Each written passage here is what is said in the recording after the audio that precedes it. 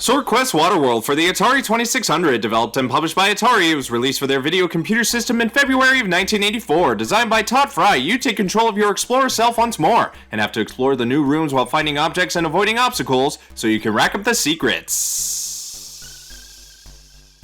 You control your explorer self by moving yourself with the joystick, and the button can do a few things that I'll touch upon in a bit. The difficulty switches, once again, are not used. I'm just as shocked as you are. The third and final SwordQuest game that saw release has you doing more of the stuff you should be used to in the previous two games, that being finding objects and secrets related to them while getting through some obstructions in your path by way of swimming. The real major difference with the water realm is that there are less rooms and even less mini-games to get through, which you may think equals an easier game, but think again. With each mini-game, you'll have a limited amount of time to complete it, and doing so or failing to do so will determine what objects you'll be able to see in the room you're entering, so you gotta be quick with the stick if you're looking for a key object. Speaking of which, inventory management has been simplified a bit. You can still only hold 6 items, but you're able to go in and out of that mode with the bag icon, and the game will now give you clues to the clues. There are 7 clues to find by means of having certain objects next to each other in the same room or some sort of combination. You will have to reset the game for every clue you find, which is odd, but I guess you have to change the little things up too. The real clues this time around come in the form of one number referring to the panel in the DC comic that was packaged with the game. 4 of the 7 words were meant to spell out a phrase, and whoever came up with the correct phrase and sent it to Atari were entered in the SwordQuest contest, where 1 of 4 treasures could be won. This time the Crown of Life would have gone to the winner, but that unfortunately didn't come to be. You see, Atari was in a slump due to the video game crash amongst other woes, and they were going to cancel the remainder of the contest until they were told by their lawyers to complete the WaterWorld portion, since they already advertised it. So by legal obligation, they gave out WaterWorld via a mail order through the Atari Club, and 10 finalists supposedly competed for the crown, the winner being kept a secret, with the whereabouts of the crown and remaining treasure being lost to time.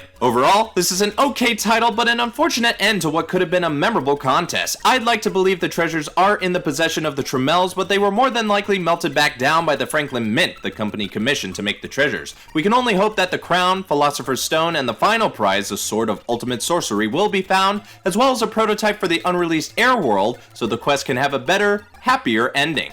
And stop. Due to the nature of this game's release, I'm glad to have acquired it recently. One of the rare exceptions I'll accept a game loose considering its going rate. Also, if I had a spare million, I'd redo the whole SwordQuest contest to put the whole thing to rest and have the treasures exist once again.